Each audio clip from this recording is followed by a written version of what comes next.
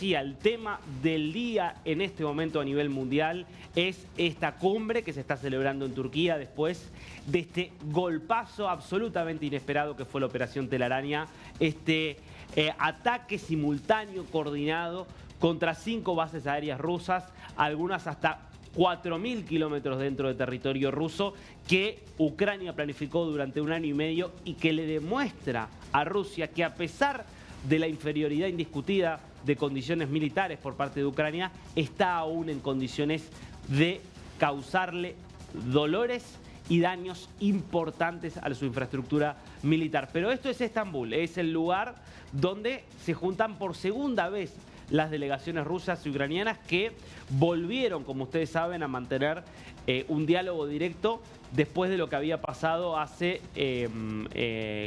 justamente un par de semanas, cuando también en Turquía se había dado esta primera reunión. Recuerden, en ese caso, Volodymyr Zelensky, el presidente ucraniano, había ido hacia allí, hacia Turquía, esperando encontrarse con Vladimir Putin, que lo había desafiado a una reunión. Putin finalmente no se presentó, envió una delegación de bajo nivel.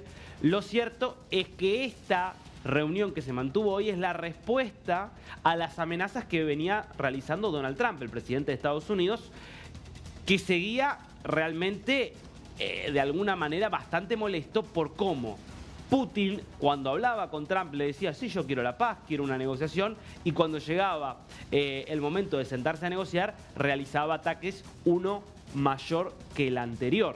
Esto que termina con una presión bastante importante por parte de Trump, y la respuesta de Putin de: ok, el 2 de junio, lunes, por hoy, reanudemos negociaciones en Turquía. ¿Qué dejó este encuentro? Bastante poco. En principio, una ofrecimiento, una propuesta por parte de Rusia de 2 o 3 días de cese del fuego parcial. Siempre son estas realmente propuestas minimalistas, casi que para reírse, algunas de las que hace Rusia. 2 o 3 días de un cese del fuego parcial en algunos puntos del frente y acelerar el intercambio de prisioneros, que es hasta ahora lo único en lo que se han podido poner de acuerdo Rusia y Ucrania. Mientras tanto, Zelensky, que dice: yo estoy dispuesto a un cese del fuego total, estoy dispuesto a negociaciones de paz de verdad. Bueno, nada de esto es por ahora respondido por Rusia.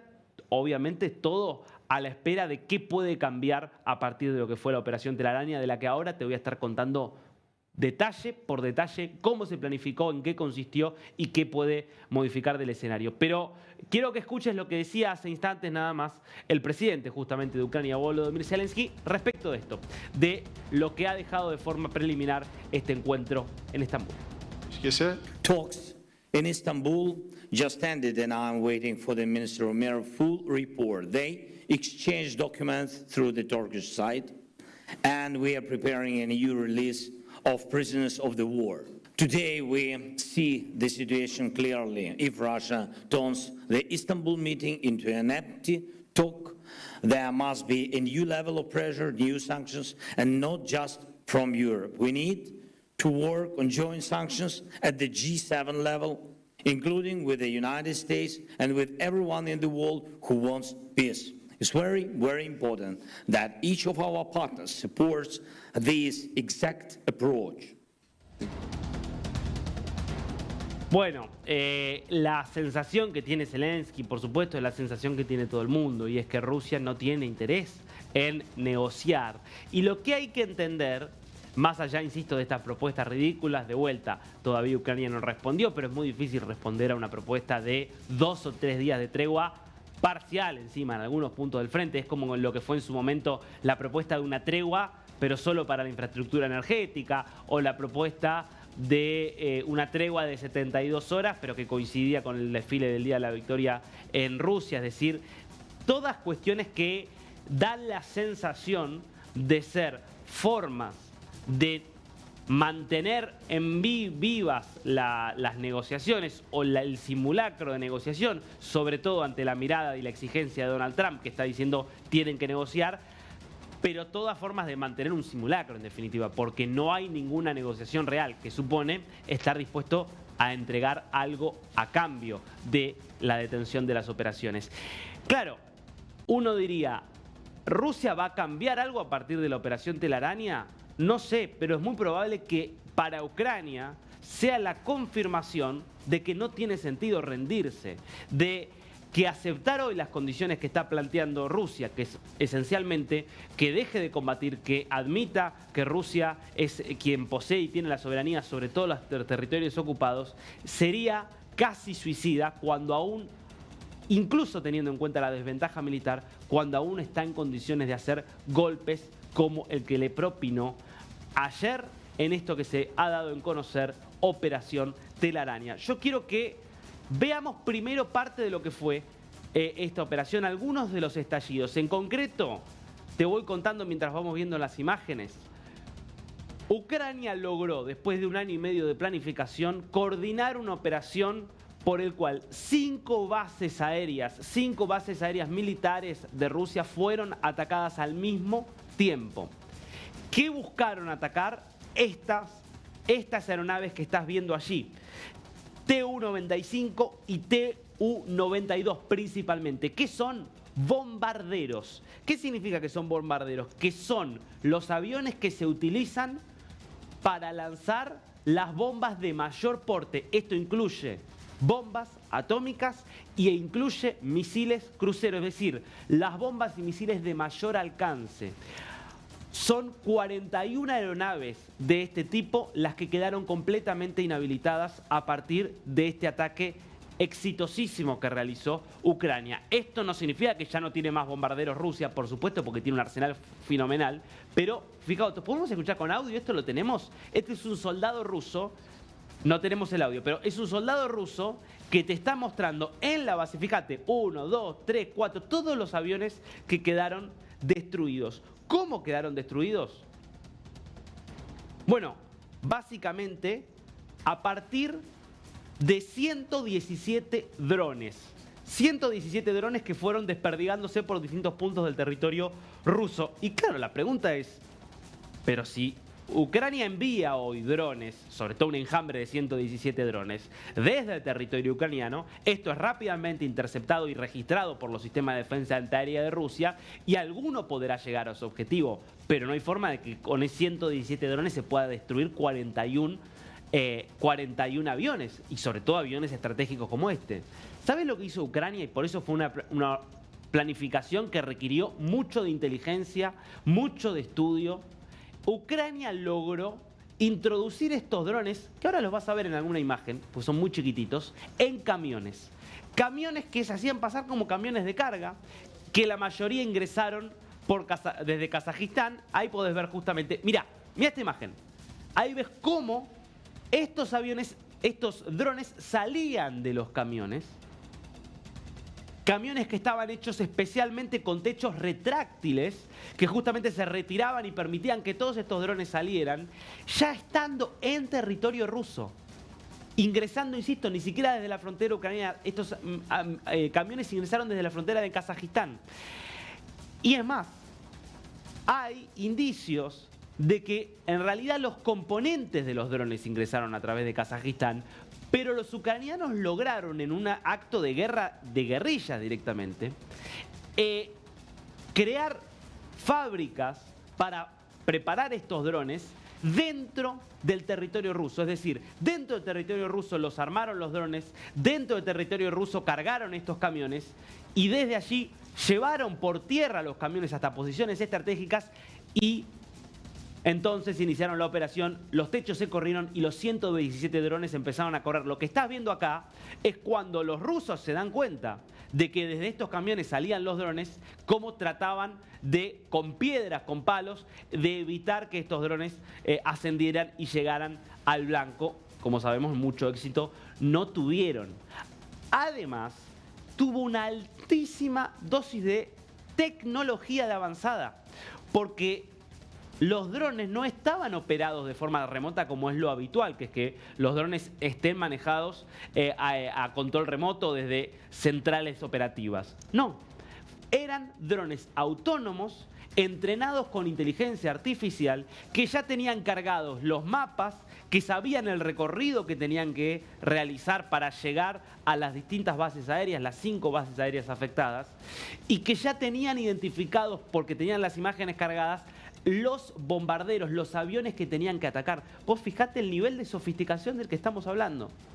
Es una operación que va a pasar a la historia, no porque vaya a cambiar el curso de esta guerra, sino porque te muestra hasta qué punto estamos ante una forma completamente diferente de hacer guerra. No estamos hablando de tanques, de grandes aviones, estamos hablando de inteligencia y de drones diminutos con los cuales vos podés destruir una flota aérea entera. Vamos a ver el mapa justamente para que vos entiendas el recorrido. Acá tenés justamente las 5 bases aéreas afectadas. Vos fíjate, ahí tenés a Ucrania. Ahora vamos a sacar un momento el graph. Fíjate a la izquierda de la pantalla, ahí tenés Bielorrusia, Ucrania. Vos fíjate, Ucrania, ves ahí Kazajistán. Kazajistán, al sur de Rusia, es un punto central, por eso entraron a través de Kazajistán los camiones. Ahora, llegaron hasta Siberia en la base aérea Belaya, que está ubicada a más de 4.000 kilómetros de Ucrania. Llegaron cerca de Ucrania a la base de Briansk, la base de Ryazan, la base de Ivanov, pero llegaron incluso a la base Olenaya, cerca de la frontera con Finlandia, muy al norte. Es decir, lo que le está mostrando Ucrania a Rusia de esta manera es: nosotros no tenemos el poder aéreo que ustedes tienen, no tenemos la cantidad de aviones cazabombarderos que ustedes tienen, no tenemos bombas atómicas, no tenemos la cantidad de misiles de crucero que ustedes tienen, no tenemos bombarderos que están en condiciones de sobrevolar su espacio aéreo y realizar ataques en cualquier punto del mapa como ustedes tienen con sus aviones y con su poder militar. Ahora, con inteligencia, fíjate el daño que te podemos causar. ¿Cómo? Ingresando drones a través de camiones. ¿Y cómo controlas una frontera tan gigantesca como la que tiene Rusia? ¿Cómo vas a controlar cada camión, cada vehículo que ingresa? Hoy los rusos se están preguntando: ¿y cómo sabemos que esto no es parte de una operación más grande? ¿Cómo sabemos que no hay en este momento en territorio ruso otras operaciones, insisto, de características insurgentes, de guerra, casi de guerrillas? ¿Cómo sabemos que no hay otras operaciones que están en marcha con la intención de atacar objetivos estratégicos de Rusia? Bueno, no lo sabe Rusia. Pero para Ucrania esto es, en un momento donde la guerra venía muy mal, donde venía perdiendo territorio, una acción que levanta la moral de los soldados, porque les muestra justamente el poder de fuego que tienen, incluso desde una posición de enorme debilidad. Veamos los drones, una imagen de los drones chiquititos que utilizaron. Fíjate, así las tenían, estaban tapados en los camiones, son muy chiquitos, con una buena carga explosiva, pero claro, para bases aéreas que se creían absolutamente libres de riesgo y que por lo tanto podían tener allí exhibidos a los bombarderos, con un par de drones podés hacer un desastre como lo demostró Ucrania. 117 los drones lanzados, y esta es la realidad de una guerra que es la primera guerra total del siglo XXI, una guerra que de repente tiene escenas que son propias de las guerras mundiales, de la Primera o de la Segunda Guerra Mundial, en términos de que es una guerra de trincheras, que tiene mucho de maquinaria pesada, que tiene mucho de tanques, que tiene mucho de fuego de artillería, es decir, de elementos que no son diferentes a cómo se hacía una guerra hace 100 años, pero que tiene de repente elementos de muchísima tecnología que le permite hoy a un país indiscutiblemente en desventaja, que está perdiendo la guerra, asestar un golpe que le hace recordar a Rusia que no es impune frente a todo lo que está haciendo. Esto decía Volodymyr Zelensky, el presidente ucraniano, una vez que se confirmaba el éxito de la Operación Telaraña. На території ворога виключно проти військових цілей, проти саме тієї техніки, яка використовувалась в ударах проти України. Дуже відчутні втрати Росії і абсолютно справедливі, заслужені їхні втрати. Дякую Службі безпеки, особисто генералу Малюку, також всім, хто був задіяний в операції. Готували операцію більш ніж 1,5 роки. Планування, організація, всі деталі були ідеально підготовлені. Можна сказати впевнено, що це абсолютно унікальна операція. Найцікавіше, і вже зараз це можна говорити публічно, офіс нашої операції на території Росії знаходився безпосередньо поруч з управлінням ФСБ Росії в одній з їхніх областей. Загалом в операції було використано 117 дронів і відповідна кількість операторів дронів працювала. Вражено 34% стратегічних носіїв крилатих ракет на аеродромах базування. Esta es la realidad de una Ucrania que le asesta a Rusia el mayor golpe en lo que va de esta guerra y que se termina de convencer, y yo creo que con esto Zelensky incluso termina de convencer a muchos ucranianos que tal vez tenían dudas, de que así como están las cosas no tiene sentido aún rendirse, que todavía Ucrania puede seguir luchando para mejorar las condiciones de un eventual acuerdo si es que en algún momento Rusia quiere llegar a un acuerdo. Pero aceptar lo que está proponiendo Rusia hoy que es esencialmente una rendición incondicional, la entrega de su soberanía territorial, la entrega de esa soberanía sin recibir absolutamente nada a cambio más que el fin de la ofensiva rusa, carecería de sentido porque aún tiene elementos para defenderse, como lo ha demostrado esta operación Telaraña, en la que 41 bombarderos militares rusos fueron destruidos. Mientras tanto, siguen las reacciones a lo que ha sido la cumbre que se acaba de terminar en Estambul con esta propuesta de Rusia que rechaza un cese del fuego total como lo viene haciendo desde hace más de un mes y que plantea 2 o 3 días de una tregua parcial, liberación de prisioneros y no mucho más.